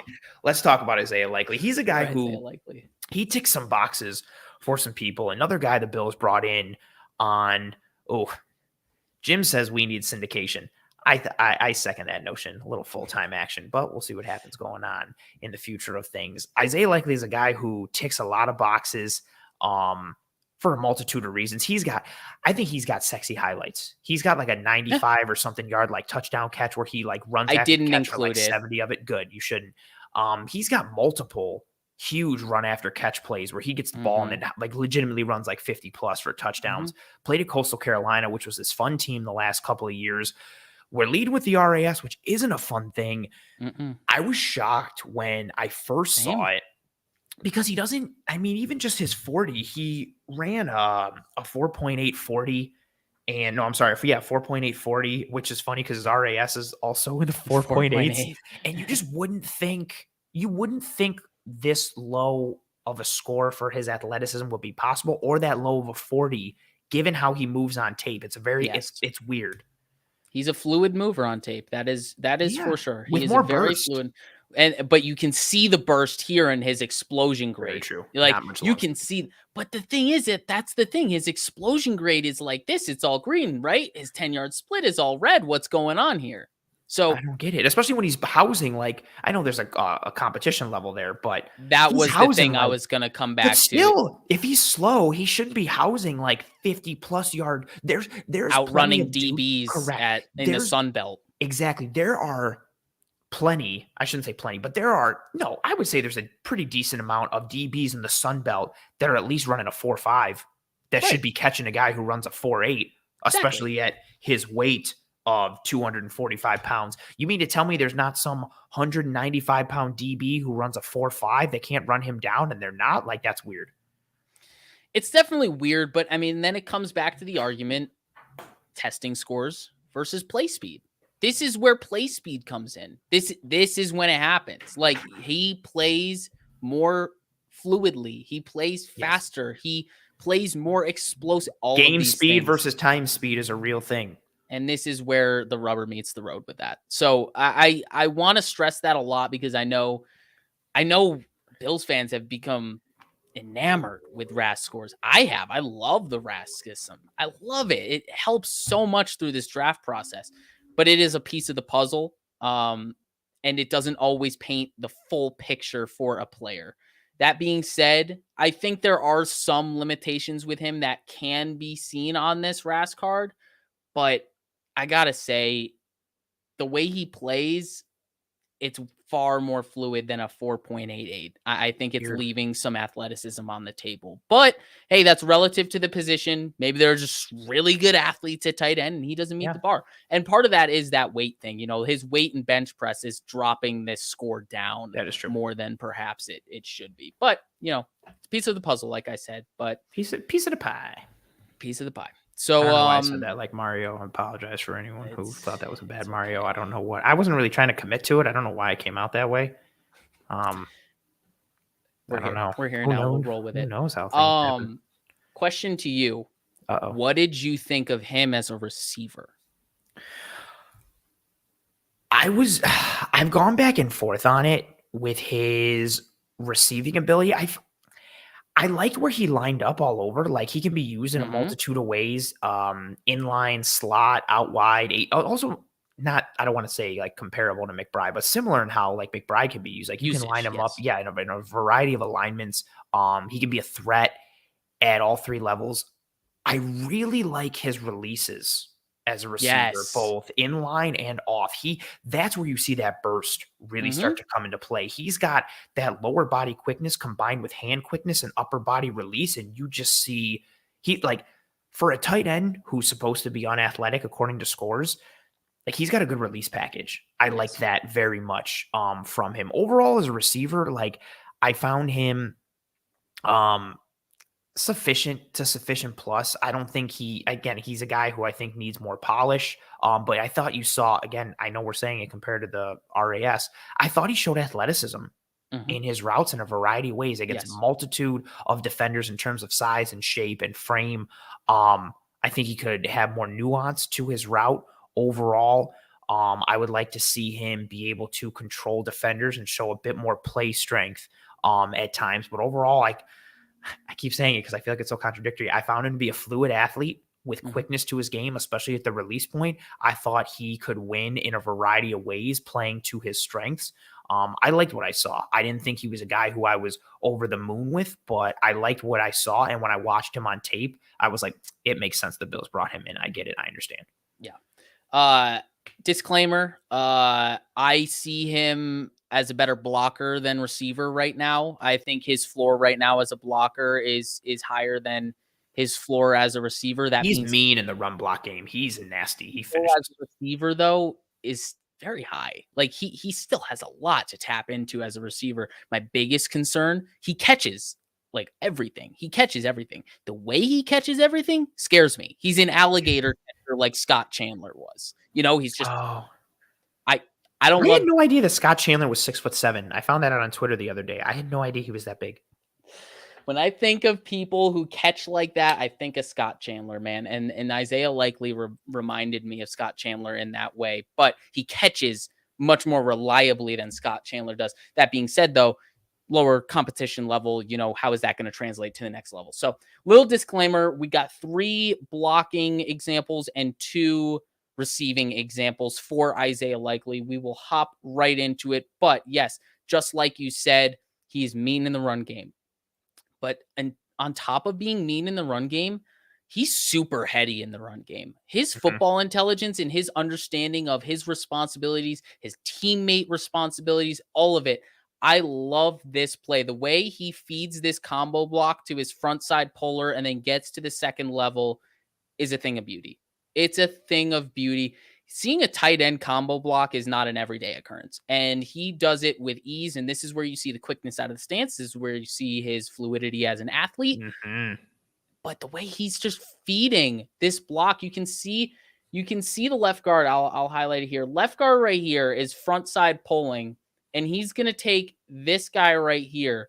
But it is fed to him by Isaiah Likely right there. But right after, in a very timely manner, Isaiah Likely climbs to the next level, perfect position, fits number 6, and there's a perfect alley for his running back. I love this play from a football intelligence standpoint, and then obviously the execution standpoint. Same.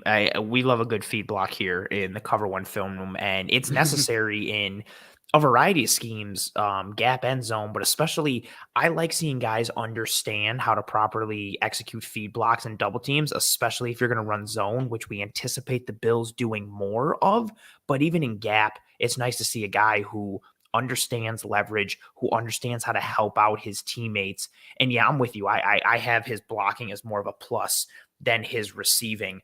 I was really impressed with him as a blocker, much like I was McBride. Actually, I think the first time I really started to get acquainted with Likely, I was just watching him block over and over again. I wasn't even paying attention to him in the run game because he's got technique, he's got athleticism, and he's got a toughness and tenacity to him in the run block game. And I love that, especially with his size.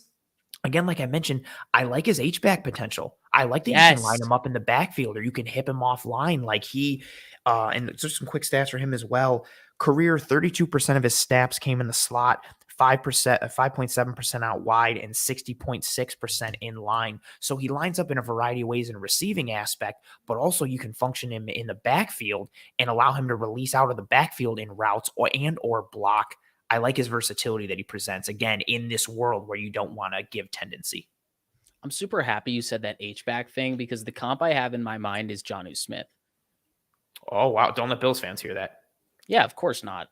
But like, that's who he kind of reminds me of play style wise, the way he could be used at the next level. There's just so much versatility there. What he can do in the run game, H-back, being moved around like a chess piece on the offense, but he has blocking upside. He has receiving upside.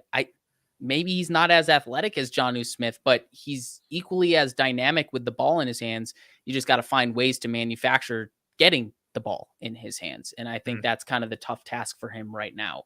But yeah, that's kind of like the comp that keeps coming to my brain with Isaiah. Like, you get a worse comp, and again, he's got tools and traits that you can continue to build upon, especially if you are, taking him in a day 3 capacity. You allow him to sit, continue to develop, maybe use him and get him acclimated and dip his feet into the water, and then allow him to really spread his wings as you move forward in the future. 100%. All right, so we're going to roll through these clips now, and I just want to roll through this one real quick because this play here just reminds me of that clip from The Blind Side, where they're showing his highlight tape and he's just mauling some dude like through the opposite end zone here. And you see it. He gets his guy to the second level and he just brings his guy like 20 yards downfield. I love this play just from a block temperament standpoint. You gotta love this. We talked about it with Trey McBride blocking downfield, and now you see it here with Isaiah Likely just driving his guy 20 yards downfield. I'm telling you, this is the blind side play. Super unnecessary. It's so unnecessary. So unnecessary. But he has a lot of these though. And sometimes he'll finish dudes into the dirt, like the McBride clip we showed earlier. Like we talked about it with McBride and Woods, talked about it in the beginning. He's another guy who plays to the whistle and is consistently competing and giving you effort time and time again. He does not take plays off. You do not want to play against him. No, you don't. And this play is evidence exhibit A number 1 for Isaiah Likely in that regard. So yeah, I had to include this. I love that play. Of course. We love good blocks here. All right. And then on this one, this is a very interesting one in terms of like football intelligence and understanding the responsibilities of what you have to do on a play. This is a speed option to the outside on the right. He's starting on the left side of the formation. He's got to go across it. He shows that athleticism to get across the play. Sorry for the choppiness. For whatever reason, it is loading over here. But what's really cool about this play is he understands that on the speed option, these two guys are responsible, one for the quarterback, one for the pitch man, right? So he just understands I don't need to block those guys. They're preoccupied with the speed option. So he gets beyond them. He gets downfield and he waits for this DB to peel off this crackback block and he is all over him. So I'm going to let this play from the start and you can see it all run through so you can understand why he's just running past two guys to block. And of course it's choppy, but you get the point. Either way, he's blocking downfield. He gets this seal block on this guy downfield, gets enough on him, and that's the touchdown. That's the reason for the touchdown on this play. So I love the football intelligence, understanding the scheme, understanding how to execute within the scheme, and it's a touchdown. And a little nastiness, like, oh, here's a DB that I have a size advantage on. Let me mash this guy a little bit and detonate on him a little bit and let him know that he should never come around this way to try and make a play ever again. Yeah, you gotta love that nastiness. Gotta add to it. Gotta add nastiness wherever you especially can. in an offense that's going to be a spread offense, whether it's the Bills or someone else, where so many teams are nowadays. You still need to have that chippiness. Spread offenses get more of the soft or pretty type role. You still need someone to be a hammer from time to time. Usually it's the offensive lineman, but if you can have a tough physical receiver or a tough, mean tight end, it adds that little bit of grit and that sandpaper to an otherwise pretty type of structure and system that you got. 100%. And I like that that previous one we saw him lined up in the backfield, different alignment. Now we see him here in the slot again, showcasing his ability. The ball, but I do like this play from the perspective of seeing there is something there with his route running, with his nuance, with his understandings of how to flip a defensive back's hips, how to manipulate a defensive back to create separation in a nuanced fashion, not just with speed and athleticism. Yes. So that's what I liked about this play. Completely agree. I love seeing anytime you can see nuance from a guy who especially needs to, like, quote unquote, add polish to his game. This is a really nice piece. We showed some nuance for McBride. We showed some for Woods. This is nice. He gets that safety caught flat footed and then takes the angle, bends it right around him, doesn't even give the opportunity to get caught up or held, gets right around him. It's a shame he doesn't get the ball. This is a nice play from him. And again, in a spread look from a slot alignment, like, this is where you see a play and you're like, he's not a 4.8 RAS. Like, I don't understand. Right. Exactly. Well put. That's exactly where it comes into play. This is actually another one where it comes into play because you see an acrobatic catch in the back of the end zone here. And this is one of those receiving plays where he's lined up in line. He's in line with the line of scrimmage here. And you see he just kind of gets that clean release like you talked about, gets that inside of the edge player. And he gets that break on the corner route, but then it's speed to separate.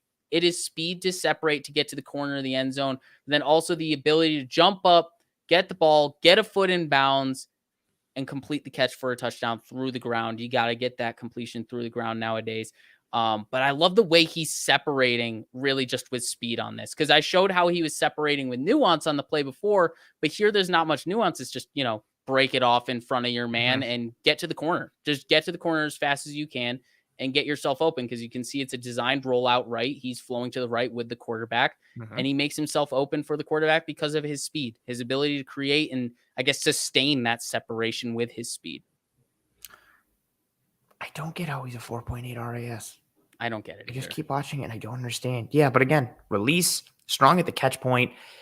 I think it's a fair thing to wonder how his game continues to translate against better talent. The more he'll come up against. But I mean, he did really well in the sum. When you see guys who are playing, quote unquote, not in a disrespectful way, but who are playing like lower levels of competition, you want to see them dominate or play above the rim against those guys. I think he did that in this conference and shows that potential in a variety of ways, like downfield athleticism, run blocking, toughness. Like he's really got a lot to like, and I mean, no pun intended, like in his name. But yeah, I mean, he's a fun guy, and it makes sense why they brought him in. I have a quick question for you. Well, one, what round grade do you have on likely? Just quick. 3, I think. Oh, that's right, because you have him ahead of Woods, right? I do have him ahead of Woods. I like the floor. I like what you're getting from him right away, but I do have concerns. He's in a very similar boat with Woods in a different way. He's in a very similar draft position in my head with Woods. Very fair. Yeah, I got him as a solid 4th round. Potentially can move up into 3rd, but I got him as a 4th round, 5th round type of guy based on some traitsy things. One thing I want to do, we're going to wind down. We're going to get out of here. I wanted to pull up Ned's comment real quick. Kendall, he said, I missed most of the show tonight, so if you already answered, just say so. But which of these tight ends would you say is the best complement to Knox out of the ones that we got? I would go with Trey McBride because of what he offers in the blocking game, what he offers from a dual purpose, hide your tendencies, high floor, to go with a high ceiling guy in Knox.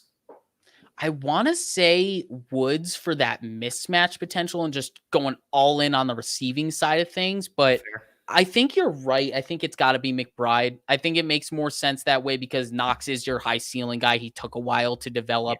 Yes. McBride is that guy you bring in, and yeah, maybe it takes time to reach the full potential, but where he is right now, he's already a capable starter. And that's who you would want to line up and complement with Knox right away in 12 personnel or whatever, 13 personnel with OJ Howard, whatever it is you want to do. He's someone that could be rolled in right away and he could start. Great answer. Fantastic answer. And fantastic episode. We have to skedaddle because there's another show coming on in several minutes, which you should stay around on the Cover One channel to check out. But wanted to say thank you to everyone who rolled with us live on this episode. Please drop a like while you are here watching live. If you are watching later, listening later, whatever have you. If you're on any one of the podcasting apps or platforms, please rate and review and subscribe to the Cover One Film Room, to the Cover One channel as a whole. For those of you who really enjoy the banter and the working relationship of Kendall and myself, guess what? You got more coming tomorrow night on my show, Disguise Coverage. Kendall will be joining me for that episode.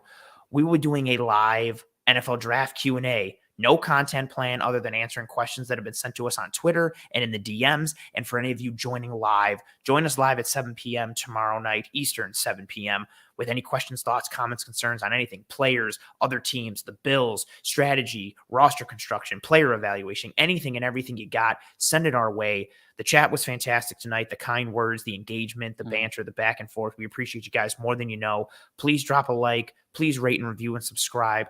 Thank you, everyone, for watching us live and riding with us here in the Cover One Film Room. Thank you to anybody listening later or watching later. We appreciate the hell out of you guys more than you know. We will see you next week to break down film on whoever the Buffalo Bills draft in this week's 2022 NFL draft, because it is here. Thank you guys so much for being with us. I hope you and your family and friends and loved ones all take care of each other, do well, and stay safe. If there are any questions we didn't get to, get at us on Twitter. I'm at pro__ant. Kendall is at Mersky Kendall. We are very active on Twitter. We engage like crazy on there. If there was something we didn't get to in this episode, get at us on Twitter. We'll answer it there. We will see you next week for another episode of the Cover One Film Room. Join us tomorrow on Disguise Coverage at 7 p.m. Eastern. And as always, go Bills.